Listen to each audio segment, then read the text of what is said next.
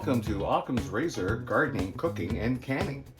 This is a baking tip, especially for the summer.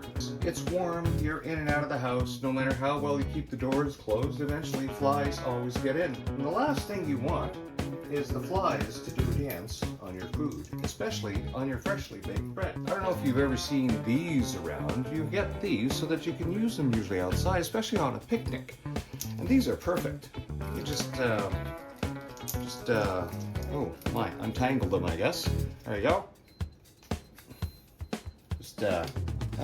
Very simple, very easy to use. There we go. Oh, just took this bread out of the oven, and oh, it's a little bent now, but you know what I mean. There you go. Very easy. You'll probably find these at the dollar store, or is it the $1.50 store now? Or is it soon to be known as the $2 store? Anyway, keep the flies from dancing on your freshly baked bread. We'll see you later. Bye-bye.